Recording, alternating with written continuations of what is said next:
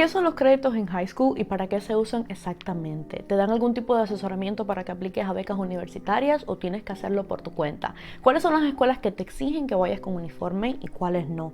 ¿Tienen algún tipo de escalafón como en Cuba para escoger la carrera que tú quieres? ¿Tu escuela es más de americanos o son la mayoría emigrantes? Estas son solo algunas de las preguntas que voy a estar respondiendo hoy con ustedes y con algunos de mis profesores y compañeros de escuela en este mi segundo videoblog. Así que hola gente linda y bienvenidos un viernes más a mi canal. Oh, pero antes que se me olvide, aviso súper importante antes de comenzar el video. La mayoría de entrevistas que van a ver hoy aquí son en su mayoría en inglés. Dado que fueron muy largas no pude poner los subtítulos yo manualmente, pero les recuerdo que en la franja inferior del video, no estoy segura si es por aquí o por aquí, está el botón de subtítulos automáticos de YouTube. Lo pueden activar tanto en inglés como en español en caso de que lo necesiten. Perdón por eso, pero bueno. Dicho esto, ya comenzamos y los dejo disfrutar del video.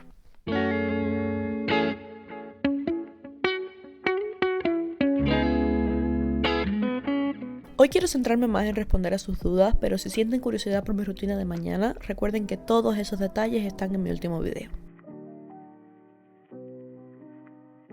Estamos aquí una vez más con Marina. Parecemos dos reporteras, tú y yo aquí. Vamos a responder algunas de las preguntas que ustedes me dejaron por Instagram. En cada turno del día voy respondiendo un poquito más, pero bueno, por ahora quería tener una conversación aquí con Marina y compartir lo que pensamos con ustedes. ¿Para qué o qué? Dice la primera, tengo todo anotadito, como en la vieja escuela, dice, es triste ver esas escuelas tan lindas, las ganas de estudiar para nosotros los cubanos. ¿Qué piensas de eso? Bueno, los americanos no saben lo que tienen y ellos como que no les gusta la escuela. Y nosotros que venimos de otros países, pues sabemos que esto está bonito. Cuando llegamos aquí vemos la diferencia. Entonces, nosotros lo vemos todo desde otra perspectiva y ellos tienen una perspectiva que no es muy bonita, que digamos. Es que hasta lo más mínimo, incluso les voy a decir, ustedes en el video anterior vieron más o menos cómo es mi escuela y lo linda que está, la pintura, las decoraciones, el spirit, como dicen ellos, el espíritu de la escuela, los dragones, los colores, el borgoña y el dorado que están súper presentes. Cosas pequeñitas pero que hacen la diferencia, y a mí me da gracia porque nuestros profesores siempre nos dicen que nuestra escuela es como de las peores que tiene el condado, de las peores del estado, y para nosotros esto es un hotel 5 estrellas, porque imagínate nosotros venir de una escuela de Cuba con la pared y el techo cayéndose, con las mesas llenas de huecos. ¿Qué quieres que yo te diga? Y con las ventanas rotas. Se te faltó decir eso. Todo. Aquí hay otro estilo de estudio. Aquí no todo como en Cuba. En Cuba se vive más como que más fuerte y aquí entonces te dan la posibilidad de muchas cosas, tienes el internet y entonces. Sí. Pues eso, que la escuela está bonita y el que quiere estudiar lo hace pues con gusto. A ver, segunda pregunta dice, ¿tu escuela es más de gringos o la mayoría son emigrantes? 25-75. Sí. Estamos ahí. Este año han entrado más cubanos, latinos y de otros países también, pero siguen siendo más la mayoría gringos. Sí, yo diría que es así como 75-25. Y al principio le dije a Marina que yo creo que eran menos emigrantes, pero es verdad que han entrado mucha gente este año. Imagínense que en mi escuela el año pasado llegábamos meramente a 1,000 estudiantes y este año hay 11,000. Tengo miedo.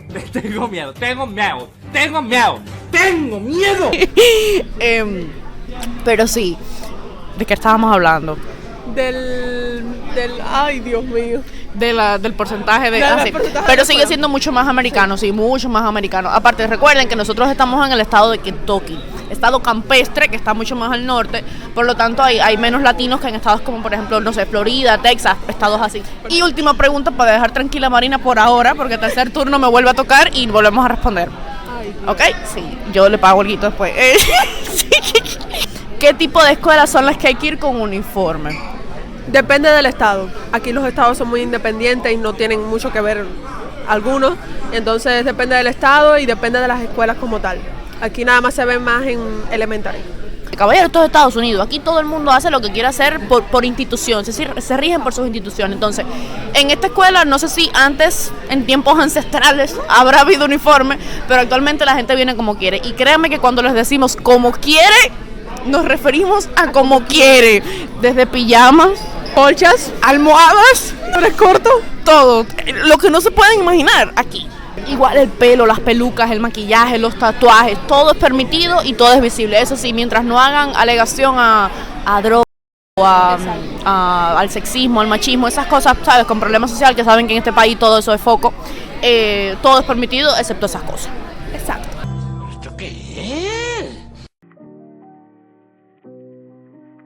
Aquí vamos de nuevo. Esta es otra de las clases que normalmente toman los estudiantes de noveno, pero dado que Riquita necesita el crédito, aquí me tienen dando vueltas por la escuela como si no supiera dónde estoy parada. Algo así como la primera vez que entré por esa puerta. Hoy no hicieron más que un tour para que los nuevos se ubicaran un poquito más, pero en sí la clase es de salud mental en general. Esta es la parte en la que salen corriendo.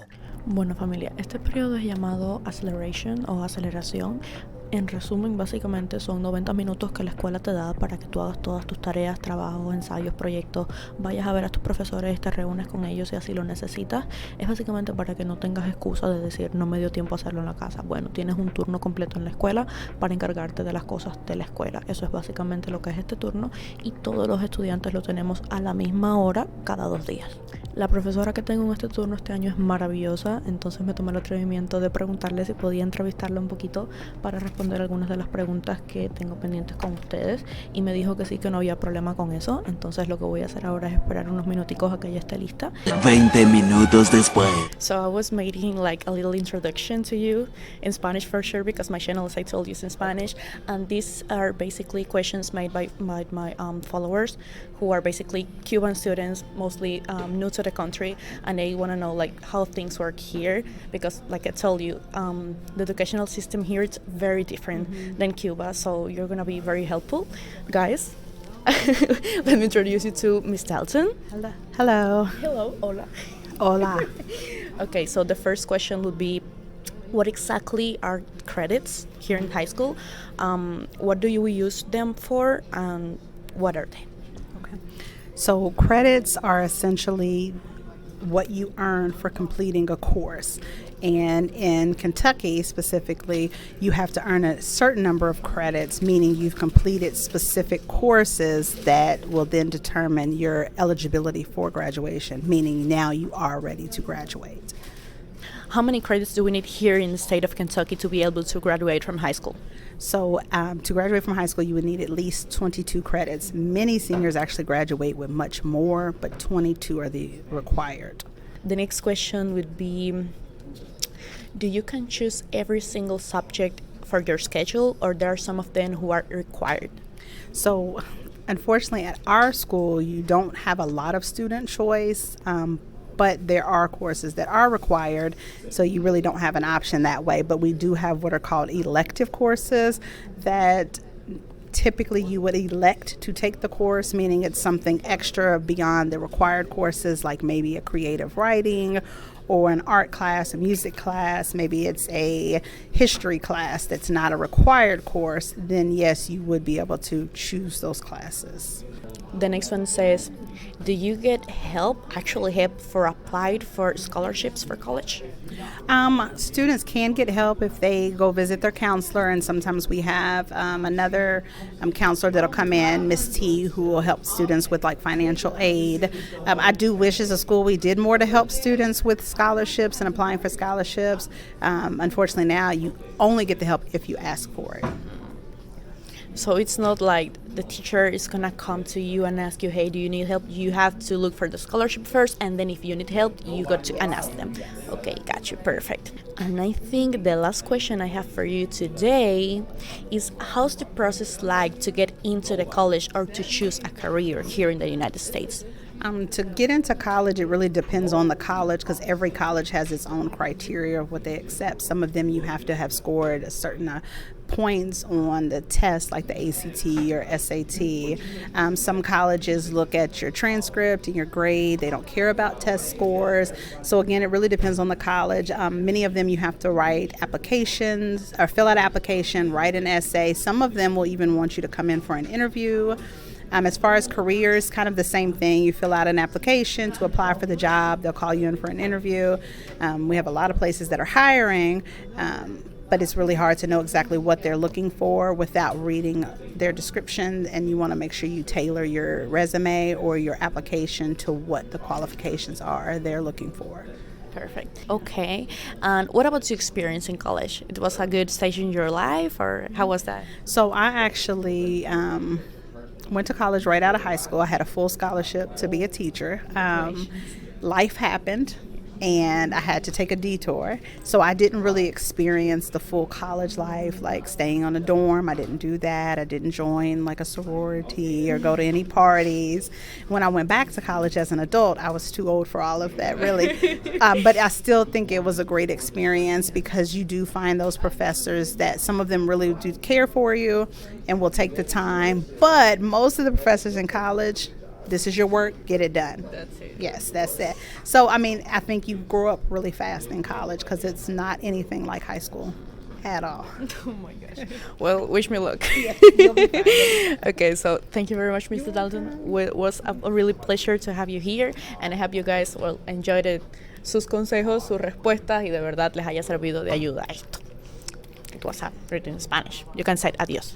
Adios. Thank you, Ms. Dalton. Efectivamente no me puedo quedar quieta, entonces después de la entrevista pedí un pase y ya les explico para qué. Con ese pase es con el que podemos andar por la escuela porque necesitas autorización para estar en el pasillo. Tampoco es que puedas hacer lo que quieras o ir a donde tú quieras, cuando quieras. Siempre tienes que saber dónde estás, entonces pues pides autorización, te dan tu pase y te vas para tu clase. Ahora voy a ver a mi profesora de matemática para que me ayude en una tarea que no entiendo, que es raro en mí. Y listo, después de 10 minutos de explicación, así quedaron mis gráficas. Yo sé, un aplauso para esos trazos. Vámonos ahora para inglés. Oigan, ¿ustedes son más de números o de letras? A mí los números me quitan las ganas de vivir y las letras me dan vida. Entonces, sí, yo sé, ese contraste está magnífico. Me disfruto bastante esta clase y este año tenemos profesores nuevos que la verdad ayudan bastante. Miren qué bonito se ve el salón. Estamos aquí en inglés y lo que nos pidieron hacer es escribir un poema o simplemente un texto pues con belleza gramatical acerca de nuestro nombre. Se viene un disparate por parte de Eriquita porque yo de princesa no tengo nada. Marina iba inspirada. Marina, ¿naciste en el mar? No. Y Rafael, bueno, ¿qué significa tu nombre, Rafael? ¿Qué significa tu nombre? Fíjate que leyendo cómo se escribe. Significa... Pero no sabe cómo se escribe Rafael, ¿oíste? No, significa. A quien Dios ha sanado, quien ha sido bendecido por Yahvé. Yahvé, no sé quién será, pero... Un duro. No lo sé, tú dime. Marina va a estar conmigo para responder algunas de las otras preguntas que nos quedan en el itinerario por hoy. Entonces, la primera vendría siendo, ¿qué meriendas? No se merienda. Si quieres puedes traer el snack que tú quieras, la fruta que tú quieras, pero no es como en Cuba, que tenías una merienda, un almuerzo y otra merienda. Supuestamente. Aquí no, aquí si quieres, pues sientes que vas a tener hambre, traes tu snack y todo bien, pero el almuerzo es la única comida que solemos tener durante el día. Que por cierto, hoy tenemos papillas, papa y carne con queso y pico de gallo.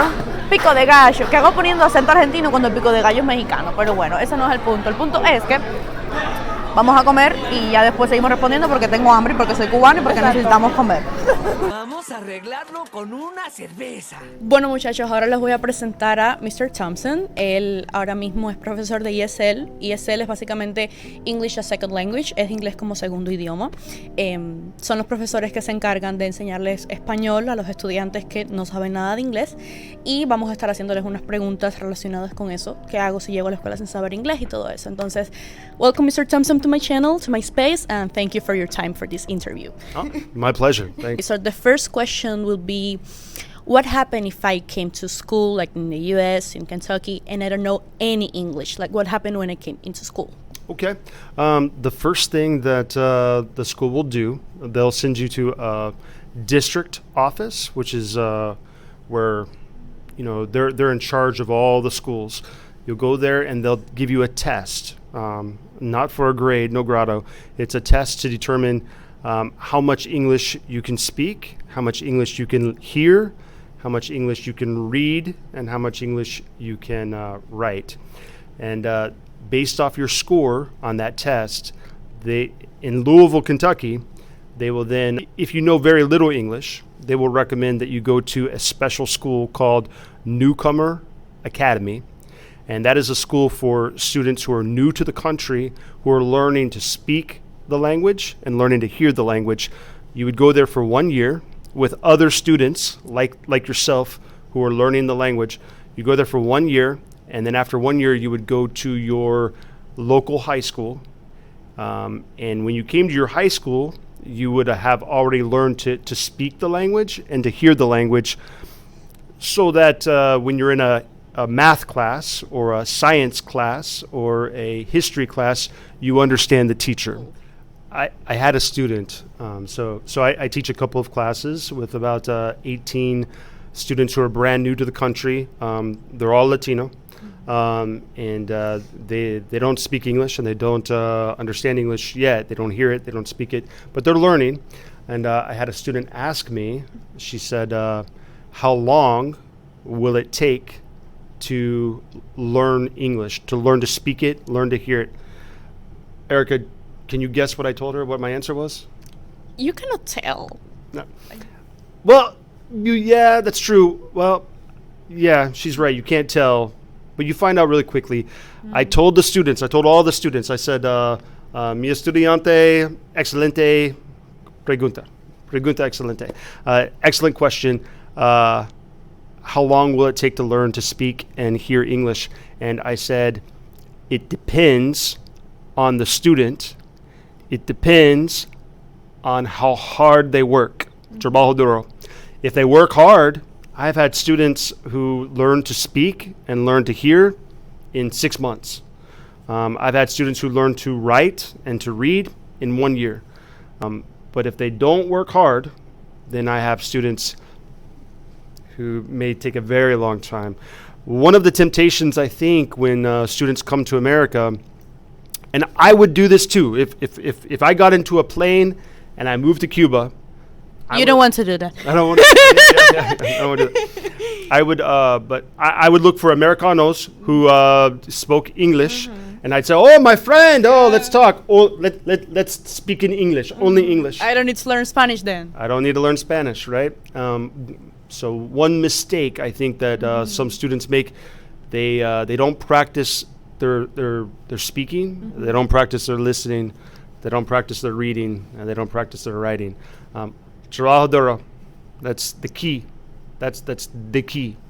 You know Miss Dalton, right? Yeah. I was talking to her because she was the first lady who I interviewed today, and she asked me kind of the same question, like, why do you think there are some students who learn really like slow the English, and there are others that simply don't they say like they don't want to learn? And I explained to her basically using as much as your same example, like most of teenagers today, and you know that, came here, and since we have all these new Latinos or these new Hispanic students, they say like, why do I have to learn English if all my friends speak Spanish and I don't know the English? And now you're thinking that because you are, 15, 16, 17, 18, but tomorrow you will be 30, you will be 35, you will be 40, and what you're gonna do? I mean, you are in the USA now, and this is your new country, this is your new life, and this is your new opportunity to really grow as a person and as an individual. So you are the first person that have to say like, I want to learn, I need to learn, and I have to learn. If you don't put that effort and that doesn't born like from you, you're never gonna learn. Yeah, I absolutely agree with everything that you said, which are realities. So when you come to America, you'll face some adversity from some people, not all Americans, but some Americans. So I think, working hard, learning the language, having a good attitude, treating others with respect, speaking to others with respect, listening with respect, treating others with respect is very important.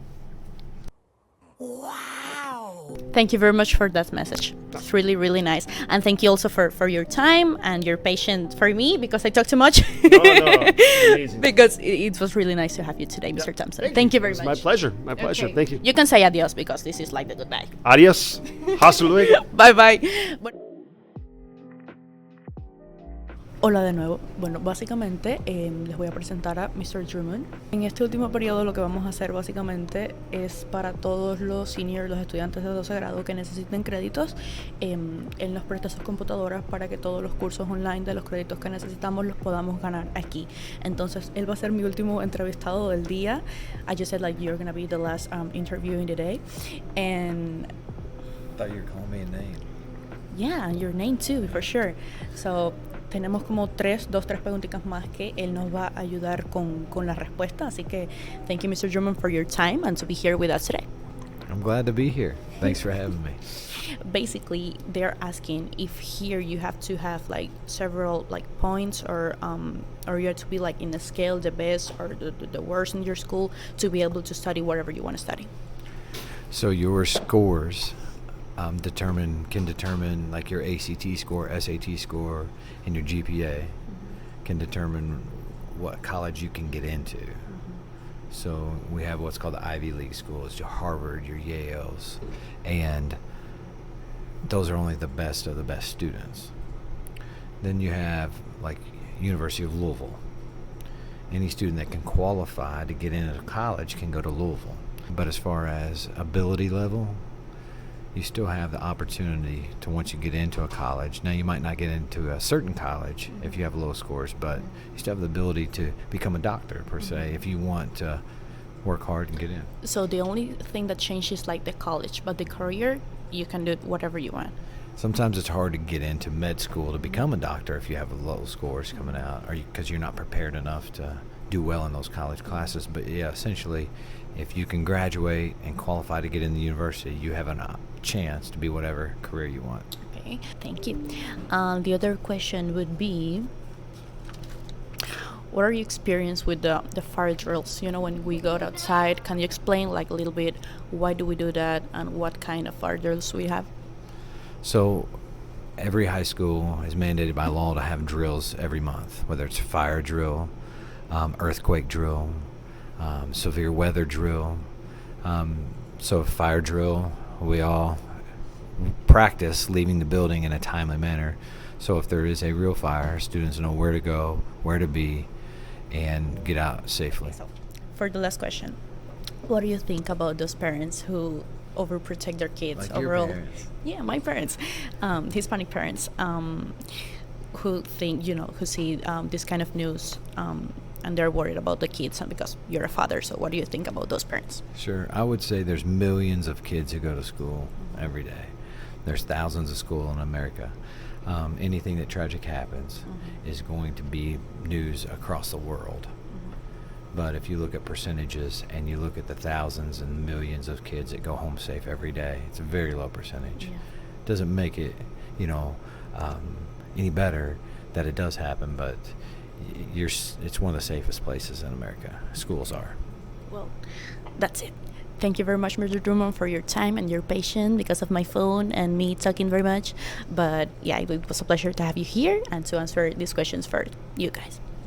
You want to say adios? Adios, amigos. Oh, yeah. Thank you, Mr. Drummond. Muchísimas gracias. Doy clases los jueves. No cobro mucho. Hoy la rutina de tarde es diferente porque me toca trabajar y el tráfico no colaboró para que estuviera en mi casa a tiempo, entonces me tuve que saltar el almuerzo e ir directo a bañarme. En otro momento de la vida me hubiera parado a comentarles un poquito del trabajo, pero dado que voy tarde por ciertos problemas técnicos que no estuvieron en mis manos, no me da tiempo. Entonces, en lo que trato de meramente peinarme, les muestro solamente mi uniforme. Y pues el comentario de que es bastante normal que los menores de edad trabajen aquí. De hecho, hay muchos trabajos que se aceptan a partir de los 15 años. Me impacta. Me termino de arreglar y ahora sí no me ven más hasta las 10 de la noche, muchachos. Yo no sé por qué los 5 minutos siempre son los que más se demoran en irse. Anyway, clock out que tú conoces y ya nos vamos para la casa. No quiero saber de mi existencia, ¿ok?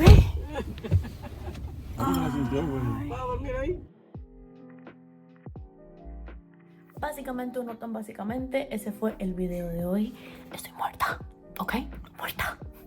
Espero que les haya gustado este vlog, muchachos, que hayan aprendido algo nuevo, que hayan resuelto, pues, si no todas, la mayoría de sus dudas, que les haya sido útil, haya sido de ayuda. No sé si dije eso, la verdad estoy bastante cansada.